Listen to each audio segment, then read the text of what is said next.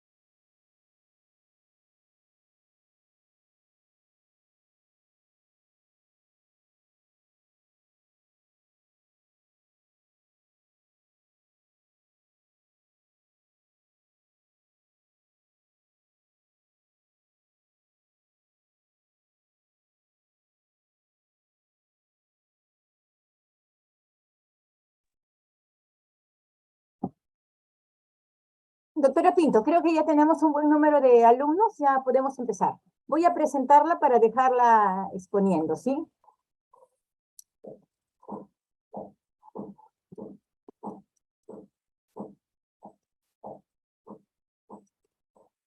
Doctora Pinto. Sí, sí, Ya, Fidelita, te escucho voy a perfecto. presentarla. Ok. Muy buenas tardes con todos. Continuando con las actividades académicas en los temas de obstetricia, hoy día tenemos que dar la bienvenida a la doctora Nélida Pinto. Ella es médico ginecobstetra, experta en el área de adolescencia en el Instituto Nacional Materno Perinatal, y hoy día nos va a tratar dos temas importantísimos y que son polos opuestos. Nosotros estamos acostumbrados a recibir en las mejores condiciones a los fetos de término, pero tenemos un grave problema cuando los bebés vienen antes de tiempo. Estos son los bebés pretérminos. Entonces vamos a ver ahora el manejo de cuando una paciente está en amenaza de parto pretérmino o cuando ya se presentó el parto pretérmino, cómo es que debemos actuar, ¿no? Y recordemos que tenemos el prematuro extremo. Y nos vamos a ir al lado opuesto, cuando un embarazo no sale antes de tiempo, sino por el contrario, se pasa ya de las 42 semanas, que también tiene sus propias características y sus propios riesgos. Muy bien, vamos a dejar hoy día en uso de la palabra a la doctora Nélida Pinto. Buenas tardes, doctora. Buenas tardes. Muchísimas gracias por la invitación. Muchísimas gracias, doctora y yo. Entonces, como bien ha dicho la doctora, vamos a ver hoy día, vamos a conversar y vamos a informarnos y aprender sobre amenaza de parto pretérmino en primer lugar y luego el embarazo posterior al término, ¿ya? Para esta primera parte de amenaza de parto pretérmino, vamos a tener una introducción, definiciones de epidemiología, la fisiopatogenia, el diagnóstico y el manejo. ¿Qué podemos decir de la introducción? Tema importantísimo, que es una principal causa de mortalidad y morbilidad neonatal a corto y largo plazo. ¿Por qué? Porque el bebé puede tener síndrome de estrés respiratorio, difícil de manejar si no tenemos la infraestructura adecuada, enterocolitis necrotizantes, hemorragias intraventriculares, ductus arterioso persistente, retinopatía, parálisis cerebral, retraso madurativo y menor rendimiento escolar a largo plazo que a veces nosotros no vemos. La prevalencia de todas estas complicaciones perinatales es inversamente proporcional a la edad gestacional en la que se produce el parto.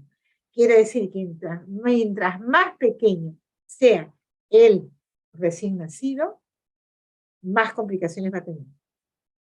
¿Cuál es la definición de amenaza de parto prematuro? Y acá, ojo a eso. ¿Qué quiere decir cuando nosotros decimos, está en amenaza? Es la presencia de contracciones uterinas con frecuencia de 1 en 10, de 30 segundos, por un lapso no menor de 60. Borramiento cervical del 50% menos, quiere decir el cuello comienza a adelgazarse. ¿A cuánto comienza esta disminución del grosor del cuello? Al 50%. Dilatación igual o menor a 3 y estar entre las 22 y 36.6 semanas de gestación. ¿Por qué?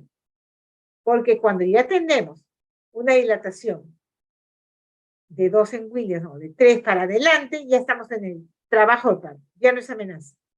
Y cuando tenemos una gestación menor de 22 semanas, es un aborto. Cuando tenemos una gestación mayor de 37 o de 37 en sí, ya es un parto a término.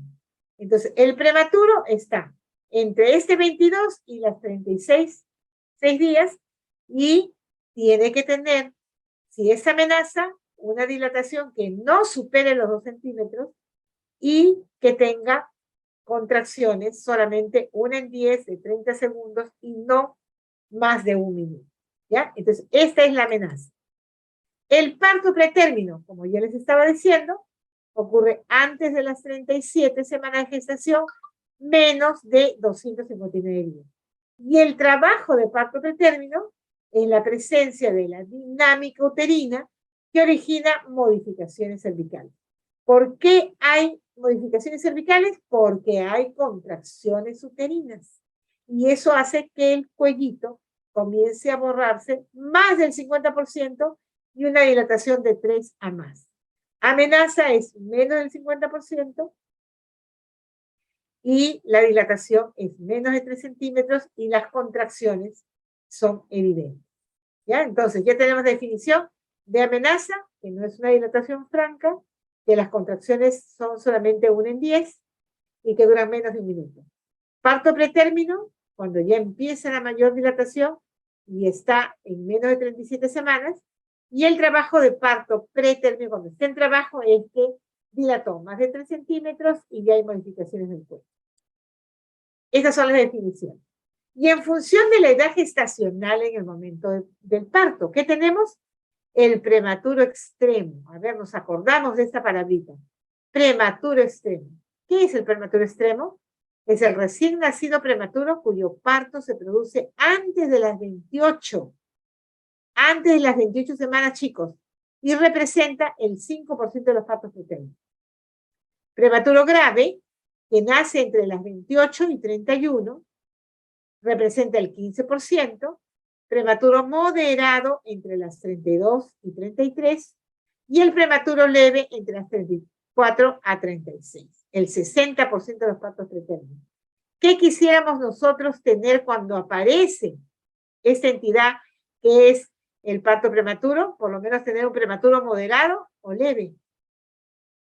¿Sí? Que esté entre las 32, 32, 34 semanas, porque ya hay cierta maduración del pulmón y el bebé se puede defender mejor, como decimos nosotros, en el ambiente que todos tenemos. La epidemiología. La principal causa de morbo y mortalidad perinatal es el embarazo de parto pretérmino. Es el parto pretérmino. Y a la amenaza de parto pretérmino. Fíjense, es causa de morbo y mortalidad perinatal. Terrible.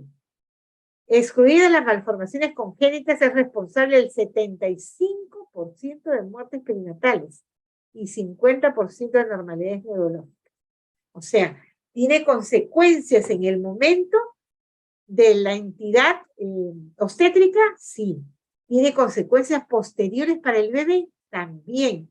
Y la parte económica es terrible, porque son bebés que tienen que seguir tratamientos largos, engorrosos, en servicios de salud que tengan recursos adecuados para esto. Y eso es un gasto.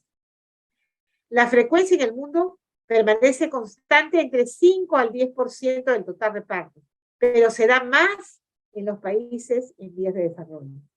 Del total de partos pretérminos, 70% espontáneos, 45% partos prematuros, el 25% asociado a ruptura prematura de membranas y el 30% también a diatogéneos, ¿no?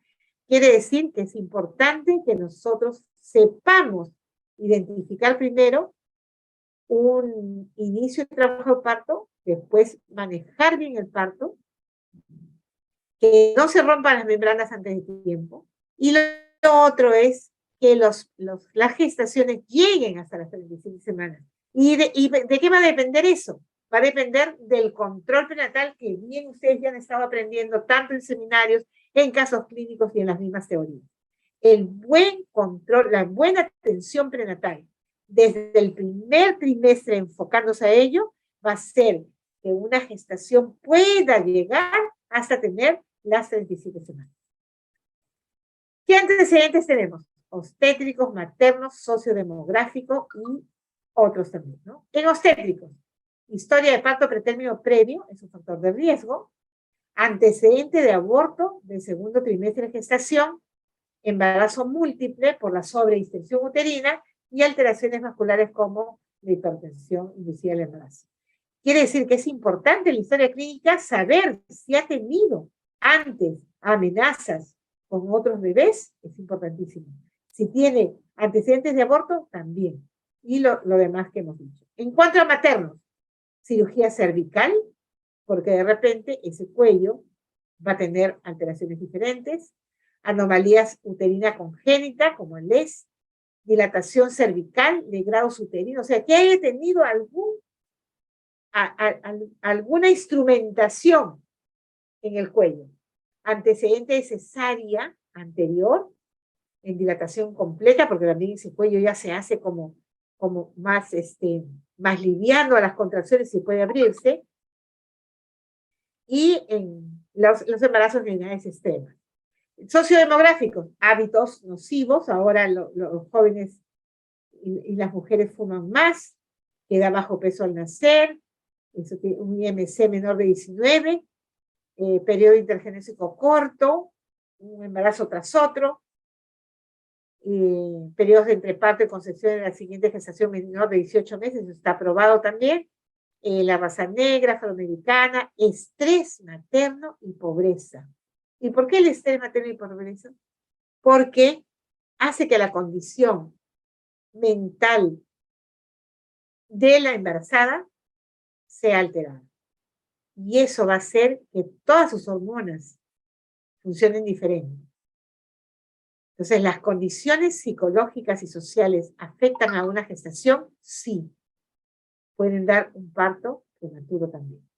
Otros mecanismos muy importantes es la infección intraamniótica detectada en el buen control prenatal. Infecciones extrauterinas también, senescencia celular, disminución de la acción de la progesterona. Ahora estábamos viendo embarazo de parto, embarazo en edades extremas, entonces en adolescentes y en mayor de 35.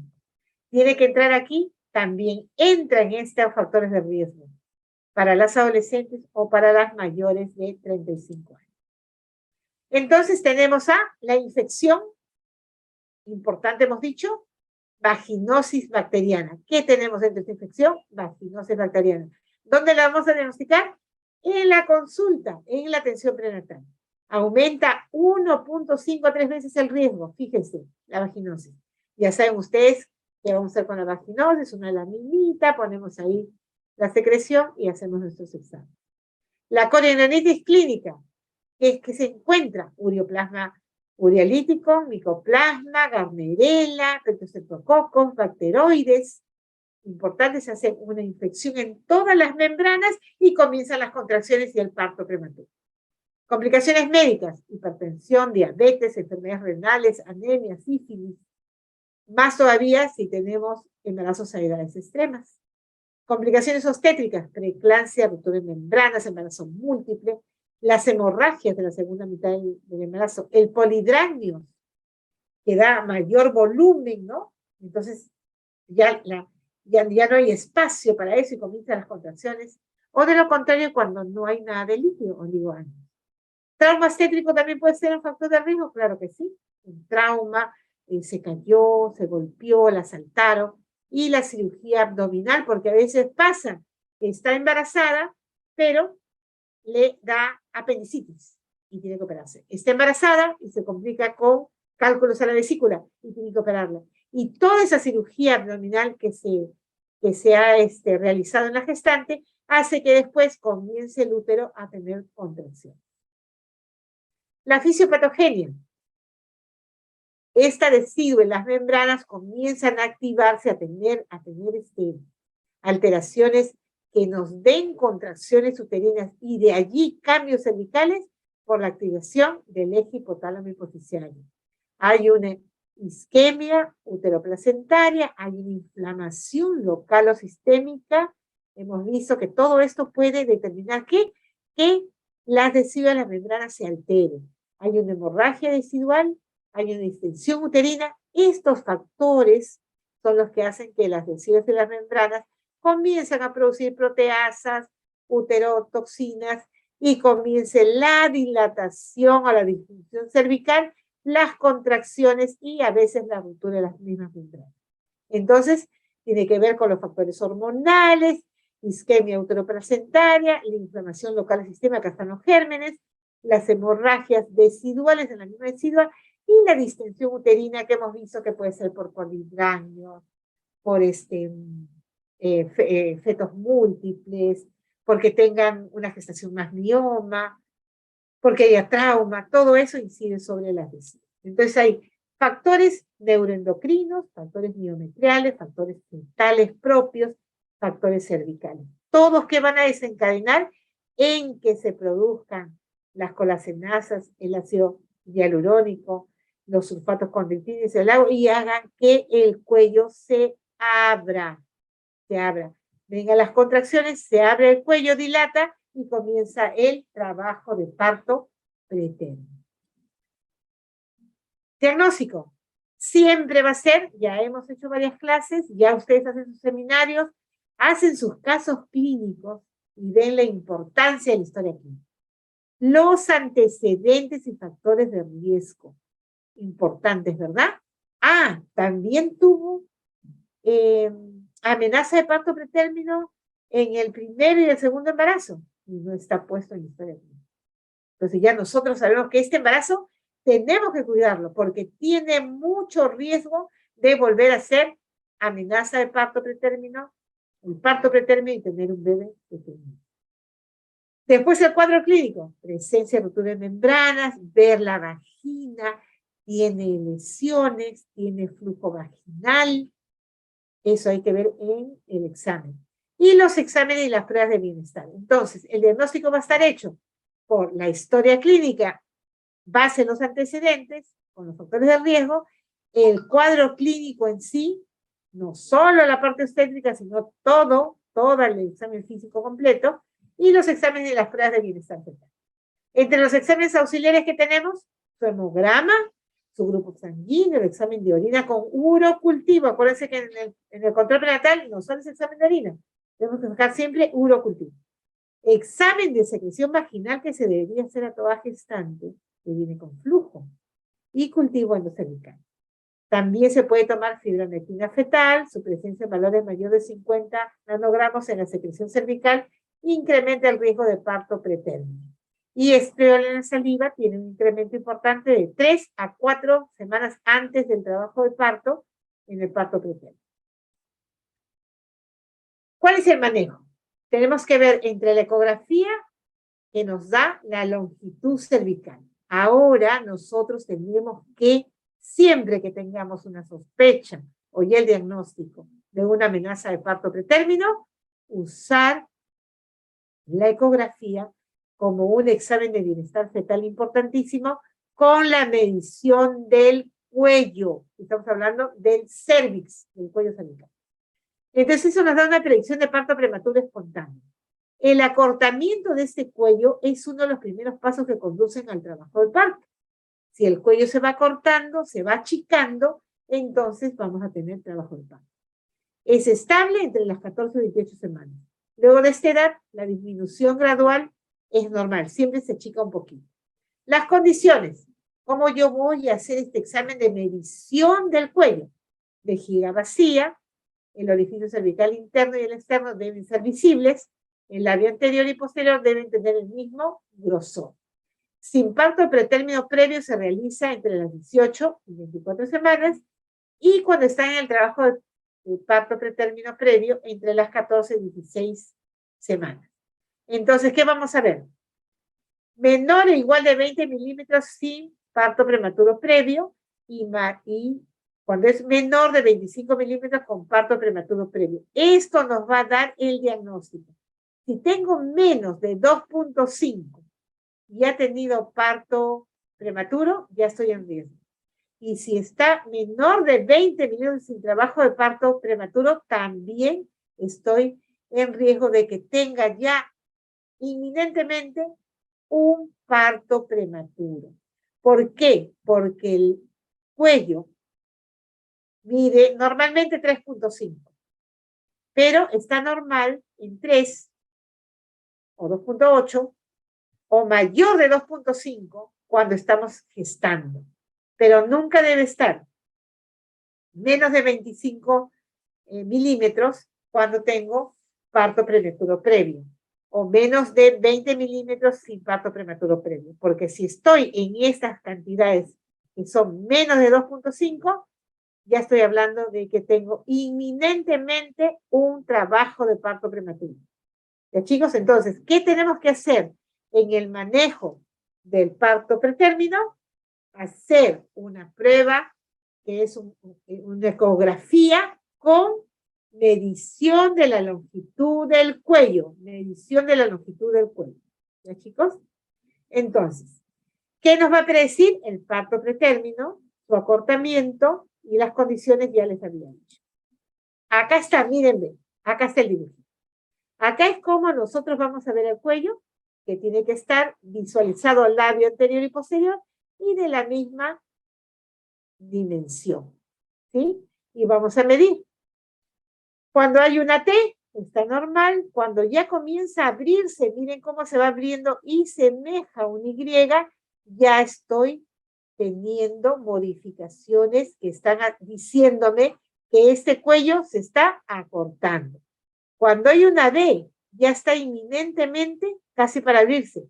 Y a veces hay una U que ya están los dos labios anterior y posterior delgados y nos está diciendo ahorita se abre el cuello, se rompen las membranas y comienza el trabajo de parto.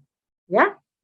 Entonces, esta imagen que ustedes se van a grabar, que es cuando está cerradito, y esta, que es esta imagen de acá, cuando esta se modifica, nosotros estamos frente a una amenaza de parto pretérmino que va a ser en algunas horas o en algún tiempo un parto prematuro. Importantísimo entonces la medición de la longitud cervical en la ecografía, sí, importantísimo. Y ver cómo es que esté ese cuello cerradito, se está abriendo el orificio cervical interno, ya se abrió casi todo, ya está plano como una U para poder darse el parto prematuro. Y acá está, miren, acá hay como una Y, ya se está queriendo abrir, pero acá todavía se mantiene cerradito. Acá ya está casi es una B, y acá ya está haciendo como una bolsa de aguas. ¿Ve? Esta es la presentación, acá ya está en una U. Prácticamente no hay nada para que comience el trabajo de parto. El manejo tiene que ver con la edad gestacional y tiene varias aristas. En embarazos menores de 34 semanas, vemos que tener el manejo de la tocólisis. ¿Qué quiere decir tocólisis? Lisis de las contracciones, porque toco es la contracción, ¿no? Lisis de la contracción. Entonces, donde se pueda anular las contracciones es la tocólisis. Antibióticos, ¿ya? Para lo del encefalococco beta hemolítico, la maduración pulmonar y la neuroprotección. Entonces, tiene que ver el manejo con eliminar las contracciones, los antibióticos para los gérmenes que siempre se presentan en la coriamnionitis, la maduración pulmonar para que este bebé tenga mejores condiciones al estar fuera del vientre materno, y la neuroprotección, porque yo tengo que proteger al bebé de las hemorragias cerebrales. Entonces, en menor de 34 semanas, ese esquema va a ser que yo puedo usar la betametasona, que es la maduración pulmonar. ¿Cómo lo hago? Con betametasona. ¿Cuánto voy a usar? 12 miligramos cada 24 horas por 2 días. ¿También puedo usar desametasona? Sí, también puedo usar. 6 miligramos cada 12 horas intramuscular por 4 administraciones.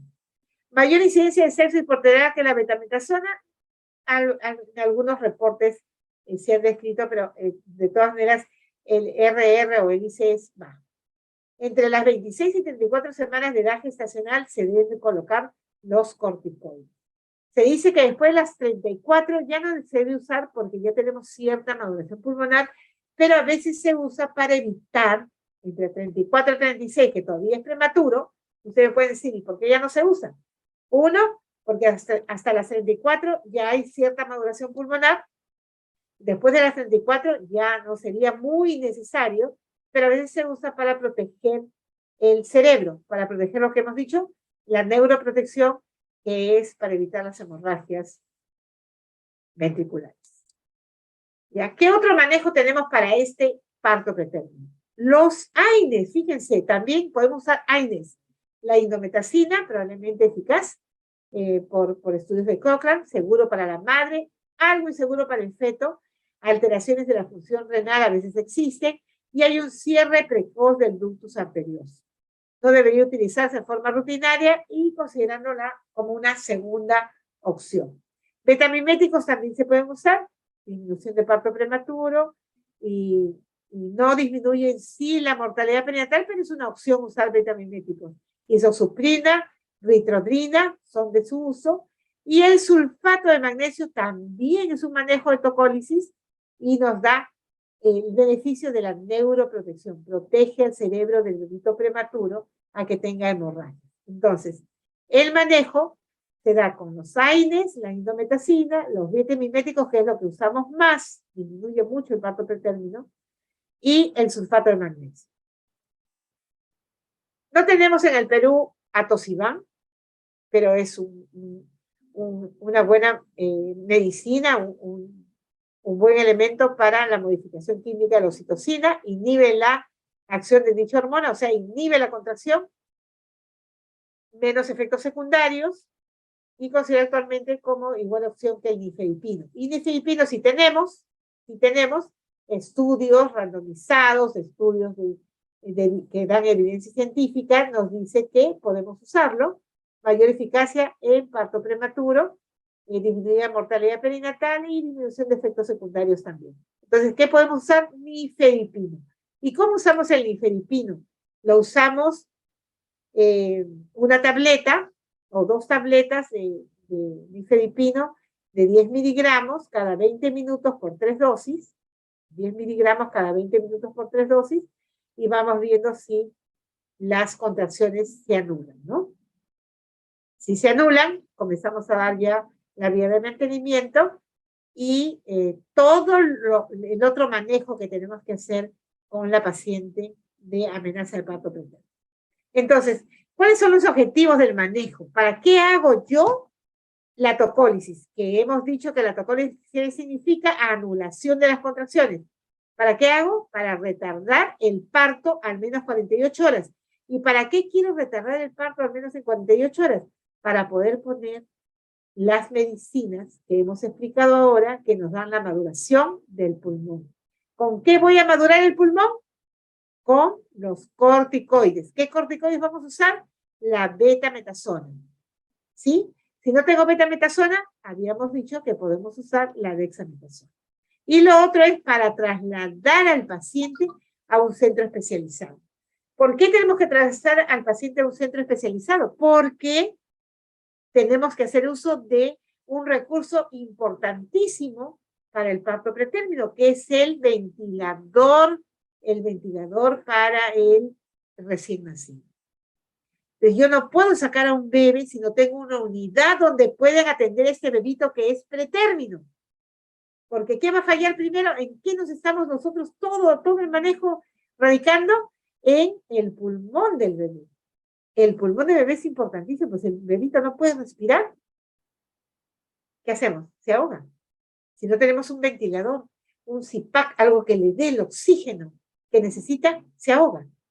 Y lamentablemente fallece delante de nuestro si no tenemos todo. ¿Ya?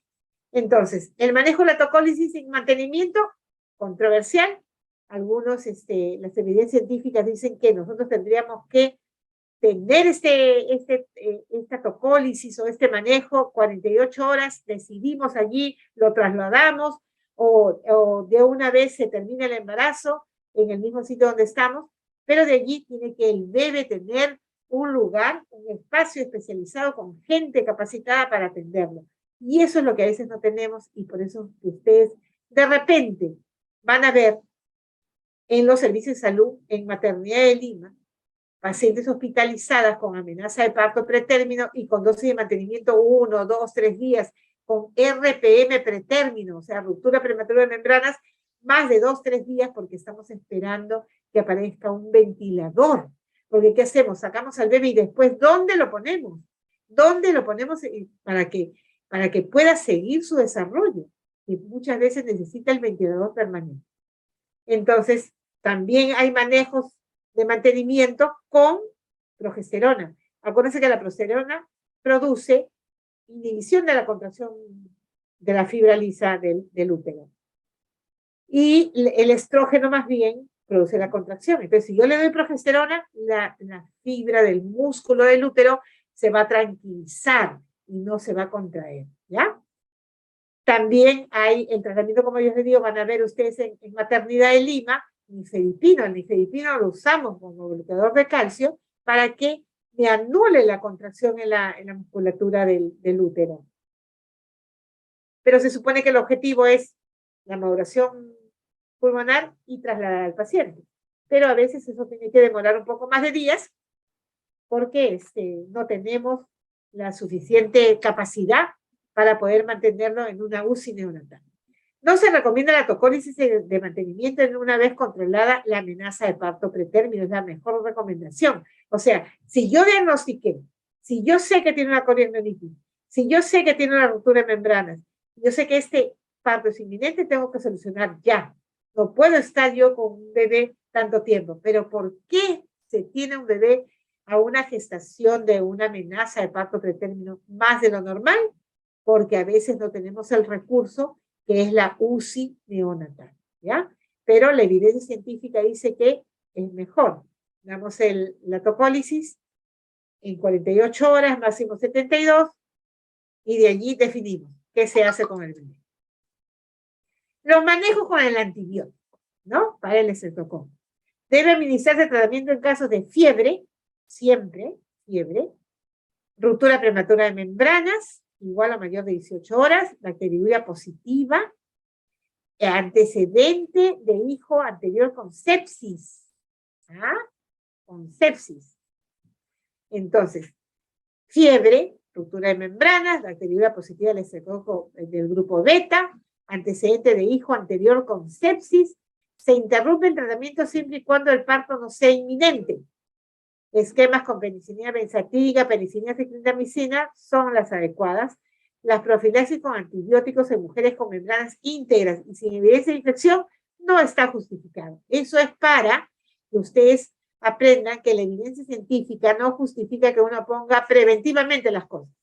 Ahora, si yo examino a la gestante que está con amenaza de parto pretérmino y le encuentro un flujo vaginal patológico, con mal olor, amarillo, verde o cualquier otra cosa, entonces yo sí tengo que dar tratamiento ahí. Si yo saco un urocultivo y es positivo, tengo que dar tratamiento ahí.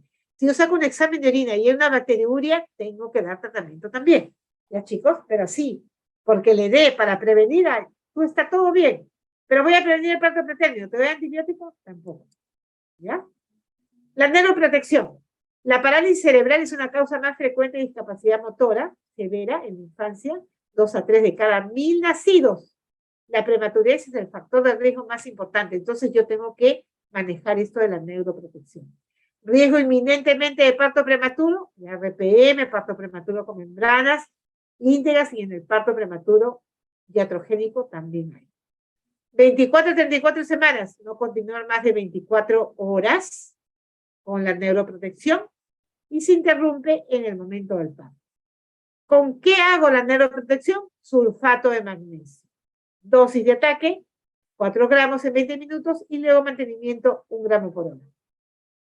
Y no en miastenia grave. Entonces, ¿cómo voy a manejar la neuroprotección? Con sulfato de magnesio, especialmente en 24 a 34 semanas. No se debe continuar la neuroprotección más de 24 horas y se interrumpe en el momento del parto. Monitorización con uso de sulfato de magnesio. Se debe revisar ¿qué? El reflejo rotiliano, la frecuencia respiratoria y la diuresis, porque puede intoxicarse con esta medicina y tener problemas. Lo más peligroso es parálisis de la respuesta respiratoria. Las contraindicaciones. ¿Dónde no voy a hacer el manejo de la tocólisis? Cuando hay una muerte fetal intraútera, porque por algo ha habido una muerte. Entonces, tengo que yo más bien hacer que salga el bebé. Preeclampsia severa o eclampsia, no voy a retener al bebé, porque la preeclampsia o la eclampsia está dada porque está la gestación ahí. Cuando hay anomalías fetales incompatibles con la vida, ¿para qué lo sigo al bebé allí? Si el bebé ya no tiene ninguna posibilidad. O hay una hemorragia materna con instabilidad hemodinámica, está sangrando, sí, pero tiene 28 semanas, ¿qué puedo hacer?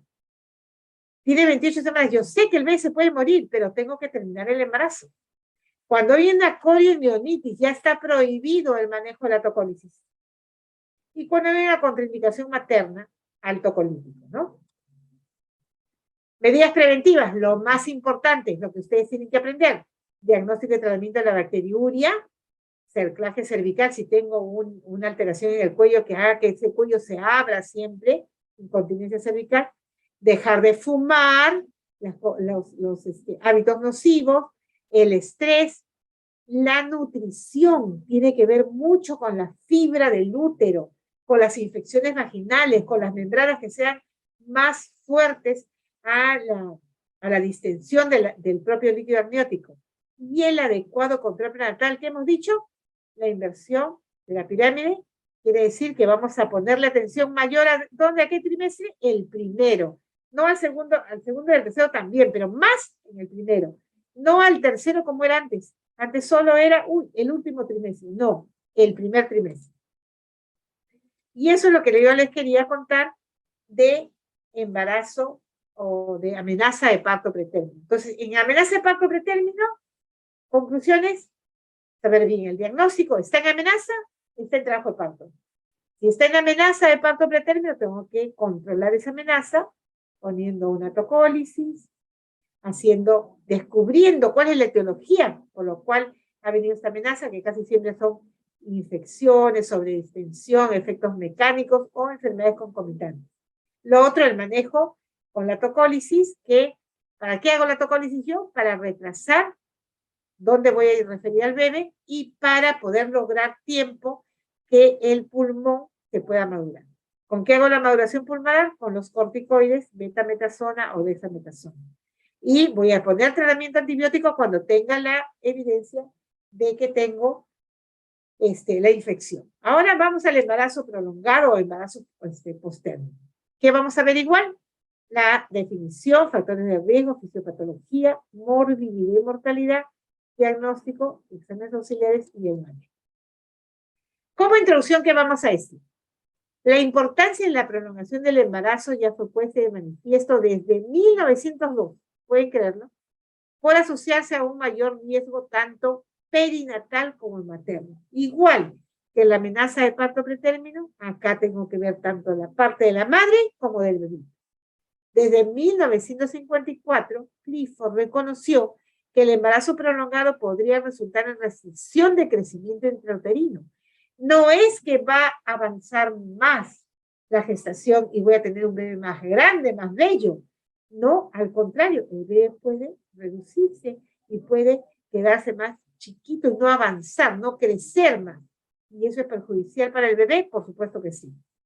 Entonces hablaba Clifford del síndrome de posmadurez con disfunción placentaria, porque claro, esa placenta que le da nutrición al bebé, que está pasando los nutrientes de la mamá al bebito, ya tiene una función con un tiempo. Si este tiempo se pasa, esa placenta ya no es funcionante, ya no tiene la capacidad que tenía cuando empezó el embarazo. Entonces se hace insuficiente y con eso pasa menos nutrientes y hay un retardo. Su verdadera incidencia no se conoce. Siempre va a estar más o menos entre el 10%, se dice que hay un rango del 4 al 14%. La posibilidad de que el parto ocurra a los 280 días exactos, luego del primer día de la regla, es solo el 5%. Fíjense. La mortalidad perinatal aumenta ¿cuántas veces? 2 veces a la semana 42 y 4 a 6 veces a la semana 43. Ya es una barbaridad, ¿no? 43 semanas. Porque el parto, ¿cuánto duró? 40 semanas. Entonces, en la definición, ¿qué vamos a tener? Acá intervienen todas las academias, todas las federaciones que tienen que ver, organizaciones que tienen que ver con la definición de las patologías obstétricas. Y se refiere a aquella gestación que alcanza o supera los 294 días, o sea, 42 semanas cumplidas desde la fecha de la última menstruación. Se usará el término de embarazo prolongado para referirse a las gestaciones de más de 42 semanas. Entonces, ¿cuándo tenemos embarazo prolongado? Cuando la gestación es más de 42 semanas. ¿Cuándo tenemos embarazo pretérmino? Cuando es menos de las 37. ¿Ya? La definición del límite superior es algo arbitrario e impreciso. Tiene que ver las definiciones por la FIGO, por la COF, por la Organización Mundial de la Salud. La definición estándar es 42 semanas completas de gestación, 294 días, desde el primer día del último periodo menstrual. Y acá está avalada por la Escuela Americana de Ginecología y Obstetricia, que es la COG, la Organización Mundial de la Salud, la OMS, y la Federación Internacional de Ginecología y Obstetricia, que es la FI. Entonces, ahora ya tenemos definiciones más cercanas todavía. En la COF y todas las opiniones de los comités se reunieron y ACOF sacó, la academia sacó esta definición. La frecuencia de los resultados neonatales adversos es baja, 39 y 7 semanas de gestación y 40, 7 semanas de gestación. Con el fin de facilitar la presencia de datos de investigación clínica, se hicieron estas nomenclaturas. Fíjense, ¿qué recomienda la COF? Término temprano, 37 semanas hasta 38, 6 séptimas. Término completo, 39 semanas hasta 40, 6 séptimas. Término tardío, 41 semanas hasta 41 semanas, 6 días. Y post-término, volvemos a la definición de Clifford, 42 semanas o más. ¿Ya? 42 semanas o más. Son para que ustedes sepan las definiciones que nos da la comisión de expertos presentada por ACOF. Muy bien. Entonces, ¿cuáles son los factores de riesgo? Igual que en la entidad anterior, tiene que ver con los antecedentes de embarazo prolongado, antecedentes obstétricos, ¿no? Antecedentes de embarazo prolongado, tiene que ver también la sulfatasa placentaria, la obesidad, antecedentes obstétricos, la raza. Esta sulfatasa placentaria produce que la placenta siga como decir, su mantenimiento allí sin poder desencadenarse el parto. Entonces hace que el embarazo siga mucho más tiempo. La obesidad, los que tienen IMC de 30 o más, tienen ya alteraciones con la placenta, alteraciones vasculares, y hace que esa placenta sea insuficiente y se quede más tiempo allí. La raza también, que tiene que ver con la raza negra, se dice que tendría una mayor incidencia. Edad materna, cuando se tiene los extremos, especialmente en las mayores de 40 años. Y cuando hay anencefalia, malformaciones congénitas, también es un factor de riesgo por el cual el embarazo no llega a su término y se prolonga un poco más. Entonces tenemos antecedentes obstétricos, antecedentes del embarazo propio, sulfatasa placentaria, la obesidad, raza, edad materna y malformaciones como la anencefalia. Entonces, la fisiopatología tiene que ver con esto, con la sulfatasa placentaria, que tiene que ver con que esa placenta sea insuficiente y siga allí sin desencadenar lo del trabajo de parto. Tiene que ver con las prostaglandinas en el cuello, tiene que ver con la propia maduración cerebral fetal, que puede haber una alteración congénita y eso alterarse, con las prostaglandinas y la propia fibra muscular del útero y con las membranas. Cada una de ellas puede desencadenarse una tras otra o cada una puede empezar y sigue el círculo y se produce la etiología del embarazo prolongado. Entonces, ¿cuál es el diagnóstico? El término embarazo prolongado representa un diagnóstico basado en la mejor estimación disponible de la duración de la gestación. El diagnóstico óptimo de edad gestacional es entorpecido por la inexactitud de fechar el embarazo. Entonces, acá tenemos un problema. Cuando la mujer no sabe la fecha de la última regla, es difícil llegar a una fecha probable de parto y poder sacar la edad gestacional. Y eso pasa muchísimo, y a veces más en los extremos de la vida. Los métodos clínicos son inferiores para determinar la edad gestacional en comparación con la ultrasonografía temprana. Entonces, si yo no tengo una edad confiable de fecha de regla, lo que más podría ser confiable para poder tener una edad gestacional y saber si me estoy pasando del embarazo o no, es una ecografía en el primer trimestre. La determinación de la edad gestacional por ecografía temprana resulta en disminución del número de embarazos prolongados. ¿Se dan cuenta? Cuando uno tiene un embarazo, una ecografía de un embarazo en primer trimestre, puedo sacar muy bien la edad gestacional de esta paciente y poder tener una edad gestacional aproximada y no pasarme, o al contrario, no querer sacar a un bebé pensando que es a término y de repente es pretérmino. Entonces, la ecografía en el primer trimestre nos da mucha veracidad y seguridad para el diagnóstico. Y lo otro es la fecha última de regla que la paciente nos dio. Entonces, ¿cómo confirmamos la edad gestacional? Ajustar la edad gestacional según fecha última regla a la determinación ecográfica en el primer trimestre, que es el gol estándar. El objetivo es disminución de la mortalidad asociada y reducir el riesgo de intervenciones innecesarias. O estoy sacando un bebé antes de tiempo porque recién tiene 40 semanas y yo estoy pensando que tiene 41, 42, o estoy sacando un bebé que debió quedarse allí hasta las 40 y lo estoy sacando a las 36 o 37. ¿Se dan cuenta? Entonces, ¿cuál va a ser el gol estándar?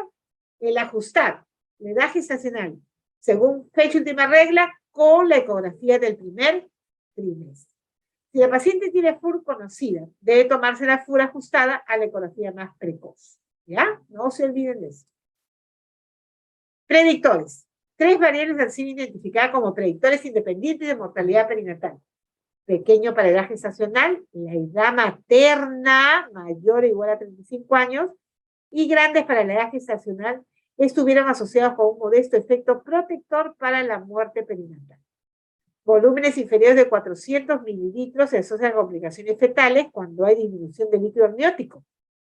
Y disminución se debe a la disminución de la producción de la orina fetal. Ya no está orinando el bebé también porque puede tener un defecto o una alteración de su función renal. Entonces, eso es importante en valorar como predictor, que si es pequeño para la gestacional, la edad de la materna, y ver el líquido amniótico. Ya. Entonces, ¿qué hay sobre la mortalidad materna? Morbilidad materna. Está asociada a la mayoría de casos por el trauma producido por la macrosomía, porque el bebé sigue creciendo. Si es que no tiene retardo de crecimiento, sigue creciendo. Distocias puede haber, distocias de hombro, distocias que hagan que el bebito se dañe, lesiones perinatales porque es muy grande, y la cesárea, que de todas maneras es 2 veces mayor en este tipo de partos por la morbilidad y mortalidad inherente a esa intervención. Entonces, aquí, cuando yo tengo un embarazo prolongado, más de 42 semanas, puedo tener, hemos dicho, insuficiencia placentaria. Y si tengo insuficiencia placentaria, puedo tener disminución del líquido amniótico, porque ya la placenta es insuficiente. Y si tengo disminución del líquido amniótico, el bebé no va a estar en las mejores condiciones. Entonces, oligohidráneos, ya lo hemos estudiado anteriormente, es el índice de líquido amniótico menor o igual a percentil 5 para la edad gestacional, tiene una incidencia de 8.5 aquí. Los valores bajos del líquido amniótico pueden relacionarse con pobre función placentaria. Nicolaides, ¿qué dice? Puede haber una hipoxemia fetal, redistribución del flujo, con disminución de la perfusión renal y disminución de la producción de orina. Y eso va a causar oligohidráneos. O sea, ¿por qué está el líquido disminuido? Porque el bebé esté orinando menos. ¿Y por qué el bebé está orinando menos? Porque hay una hipoxemia fetal. ¿Y por qué hay tal esta? Porque la placenta está siendo insuficiente. Ya no está pasando la cantidad de oxígeno que debería pasar. Un círculo vicioso, oligohidráneos, compresión del cordón, hipoxemia y alteraciones en la frecuencia cardíaca. Vuelta a repetir. Un círculo vicioso, oligohidráneos, disminución de líquido, compresión del cordón porque no hay líquido, hipoxia y alteraciones por la hipoxia, alteración de la frecuencia cardíaca fetal. Al inicio puede haber taquicardia, después bradicardia y después ya el bebé no tener nada de latidos, se puede morir. La hipoxemia fetal podría causar relajación de esfínteres, y si relaja los esfínteres va a salir el meconio, por eso es que el líquido sale verde. Y si el líquido sale verde es irritante para el bebé, lo aspira del glúteo lo aspira y hay un síndrome de aspiración de meconio, peor todavía. Es un bebé que de frente va a ir a UCI. ¿Qué otra cosa podemos tener si no hay este tipo de alteración en cuanto a la placenta y no hay oligohidramios? Podemos tener un bebé que siga creciendo y sigue creciendo y sigue creciendo. Entonces tenemos el llamado macrosómico. ¿Cuál es el macrosómico? El que tiene más de 4 kilos. El macrosómico, el mayor de 4 kilos. Las consecuencias de este bebé mayor de 4 kilos es que va a ser un parto obstruido y va a haber trauma al parto vaginal. Si nosotros no hemos diagnosticado que un bebé es más de 4 kilos y la pelvis de la mamá no es adecuada, vamos a tener un parto obstruido y vamos a tener problemas de distocia de hombros, lesión del plexo braquial e hipoxia. Una circunferencia abdominal mayor de 36 centímetros sugiere macrosomía. Una altura mayor de 40 centímetros de una mujer no obesa sugiere también macrosomía. Entonces tenemos que ponderar muy bien la altura uterina, inclusive poder hacer a la circunferencia abdominal de la paciente y también ver la circunferencia abdominal del bebé. Macrosomía, acá está, el bebito bien grande, síndrome de posmadurez, porque ya es tan grande que llega un momento en que también ya no pueda recibir la cantidad de oxígeno normal y comience a alteraciones en su frecuencia cardíaca fetal, ¿no? Y tenga problemas de posmadurez. Síndrome de aspiración meconial, porque ya esos son los problemas que tiene, que comienza a deglutir el líquido amniótico, donde ya el bebé por hipoxia misma, reflejo vagal, ha hecho sus deposiciones, el meconio, y eso lo aspira y hay todo un síndrome de irritación en sus vías respiratorias, ¿ya? ¿Hay sufrimiento fetal? Puede haber, claro, la incidencia de sufrimiento fetal puede alcanzar la tercera parte de los embarazos prolongados. La causa de esta hipoxia fetal hay que buscar la insuficiencia placentaria, ¿ya ven? Por la placenta. Se manifiesta mediante oligohidramios, el meconio y las alteraciones de la frecuencia cardíaca fetal. Es otra triada. Oligohidramios, meconio y alteración de la frecuencia cardíaca fetal. Hay cambios metabólicos, sí, presenta con mayor frecuencia hipoglicemia, dado que sus reservas de glucógeno y la grasa subcutánea son menores. 41 también se detectan niveles elevados, complicaciones a largo plazo y mortalidad perinatal. Alteraciones en el feto, la aspiración del meconio y la insuficiencia placentaria. En la aspiración del meconio es porque ya el bebé tiene un cierto grado de hipoxemia y por eso que produce el meconio que se va al líquido amniótico y este meconio puede obstruirle el tracto respiratorio y el bebé trae una hipoxia peor, ¿no? Interfiere con la función pulmonar. Igual, la insuficiencia placentaria, la reserva placentaria comprometida puede ocasionar pobre crecimiento del bebé, pérdida de la grasa y todo lo demás, ¿no? Entonces, el bebé chiquito, el bebé pequeño de la amenaza de parto pretérmino, tiene problemas, sí, porque hay un parto prematuro, pero el bebé que se pasó de tiempo también tiene problemas, o puede ser muy grande, o al contrario, al final comenzar a disminuir su peso porque hay hipoxemia. Entonces, es importante que estimación de la edad gestacional. Fecha no confiable o confiable, hay que apuntarla. Cálculo de todas las ecografías, especialmente la del primero, y se confirma el diagnóstico. Si se confirma el diagnóstico, hay que hospitalizarla para determinar la madurez del cuello, el puntaje de cómo está ese cuello para yo inducir o no inducir el parto y poder realizar las pruebas de bienestar fetal. La inducción del parto a la semana 41 a más. Se valida si se demuestra el beneficio para el feto, se valida por ensayos clínicos que dicen que un bebé ya no debe pasar las 42 semanas. ¿Y qué es lo que se hace? Se hospitaliza a la paciente y se valora con las pruebas de bienestar fetal y se ve pues si se asocia una disminución significativa. Si es que uno hace esto, a las 41 semanas se asocia a una disminución de la mortalidad al bebito perinatal sin que aumente la tasa de cesárea. Entonces la inducción reduce la tasa de cesárea sin que haya diferencias con la mortalidad perinatal ni la morbilidad neonatal.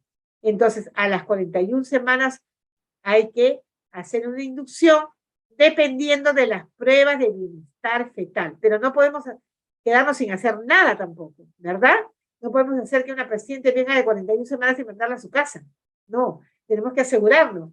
Sacar sus pruebas de bienestar fetal, las hospitalizamos y nos aseguramos de todo para que salga un bebé así, feliz, llorando, contento. La cesárea muchas veces se hace cuando el bebé es grande, cuando nos pasamos de peso, en el bebé los 4 kilos que es el macrosómico y nos pasamos de las 41 semanas. Entonces, hay indicaciones, no solo eso, sino también que puede haber un ILA de 5 o menos, con un servicio favorable, entonces no nos queda más que terminar el embarazo por vía alta. Por vía baja, si es que el servicio es favorable a una inducción. El peso mayor de 4 kilos, si hay un retardo de crecimiento intraútero, si la inducción que ponemos, le ponemos un día, le ponemos al segundo día y las dos fallan, y es sinónimo de cesárea, y la presencia de meconio espeso que hemos dicho que obstruye la vía respiratoria y el bebé puede morir. Entonces la cesárea en el parto prolongado tiene sus indicaciones, sí. Si ya empezamos las inducciones con un bebé que es adecuado para esa pelvis, empezamos las inducciones y damos una inducción un día, volvemos a repetir el segundo día y no da ningún beneficio para que se produzca el parto vaginal, esa paciente va a cesárea. Si tenemos oligohidramios, va a cesárea. Si tiene alteración de la frecuencia cardíaca fetal, va a cesárea. Si tiene mayor de 4 kilos y no hay condiciones fetales, no está la cabeza bien puesta se dice cuando está abajo, bien colocada, en la pelvis, está en 2 o más 2 por allí, entonces también va hacia una cesárea, ¿no? Y cuando hay un retardo de crecimiento con signos de hipoxia, también va a una cesárea. Entonces, en el manejo del embarazo prolongado tenemos que, primero, confirmar edad gestacional. ¿Con qué? Con historia clínica. La fecha de la última menstruación y la ecografía del primer trimestre. Sospecha de embarazo prolongado, ecografía del primer trimestre, 41 semanas o más. Entre 41 y 41, 6 séptimos, hospitalizar, hemos dicho. Hospitalizar, no a su casa. Pruebas de bienestar fetal, perfil biofísico, ecografía Doppler, porque tenemos que ver la velocidad del flujo de oxígeno que pasa hacia el bebito, el monitoreo fetal electrónico, por el cual hacemos una prueba de trabajo parto. La prueba de trabajo de parto sale conveniente para el bebé, se da trabajo de parto. Pero si ese monitoreo fetal electrónico que le decimos a una prueba donde monitorizamos los latidos cardíacos fetales y ponemos una sustancia llamada oxitocina para que se produzcan las contracciones, no sale favorable al bebé, no se puede dar parto vaginal. Esa evaluación del bienestar fetal debe ser de 1 a 2 veces por semana. Tenemos que ver las condiciones obstétricas, las condiciones no favorables van a ir a cesárea, y si hay alguna complicación también va a ir a parto por cesárea. Muy bien, chicos. Entonces, en conclusión, tenemos los dos extremos, ¿no? El parto prematuro y el parto prolongado. Las dos condiciones tienen riesgo. Las dos condiciones, si se manejan bien, van a tener un parto adecuado y un bebé sano, pero si no manejamos bien las cosas, vamos a tener los dos bebés que vayan a ir a unidad de cuidados intensivos. Y lo principal es prevenir.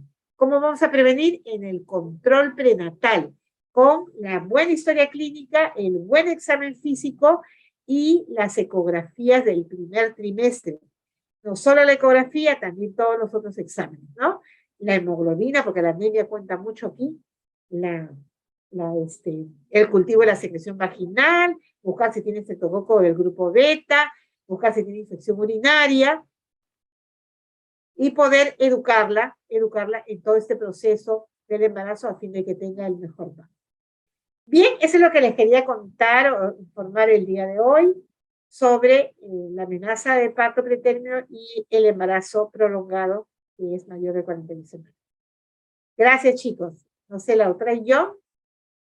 Creo que nos pasamos de hora, discúlpenme. ¿Me están escuchando? ¿Sí?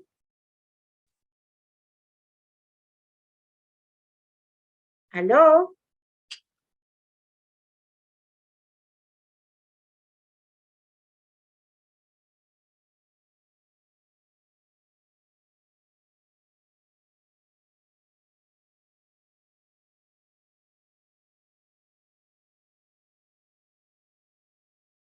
Hola.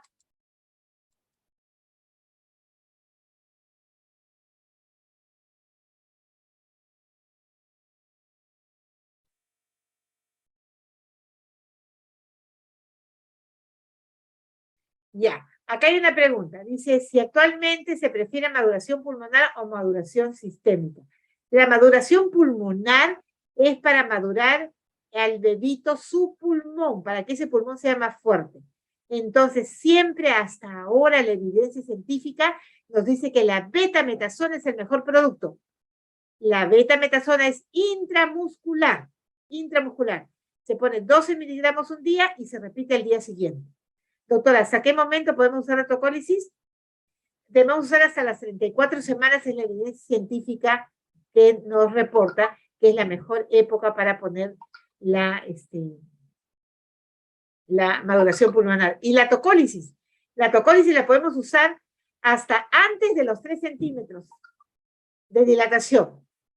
Hasta que yo puedo tener 1 centímetro de dilatación, puedo estar apostando todavía por la autocólisis. Hasta 2 centímetros también. Mayor de 3 o 3 ya no, porque ya es inminente un parto prematuro.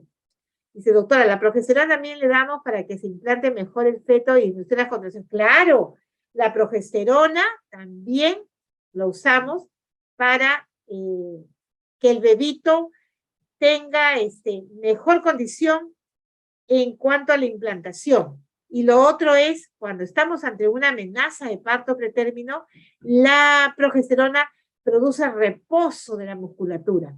Entonces hace que no haya contracción. Doctora, ¿cómo diferenciamos la amenaza de parto del trabajo de parto? La amenaza de parto no va a tener cambios cervicales que no dan una dilatación mayor de 3 centímetros.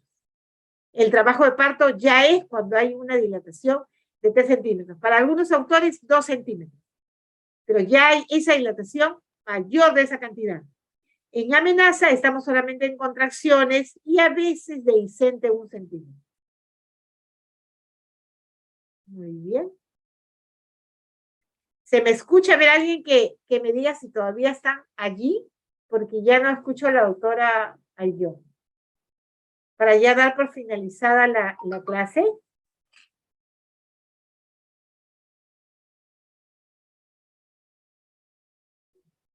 ¿Habrán preguntas al respecto?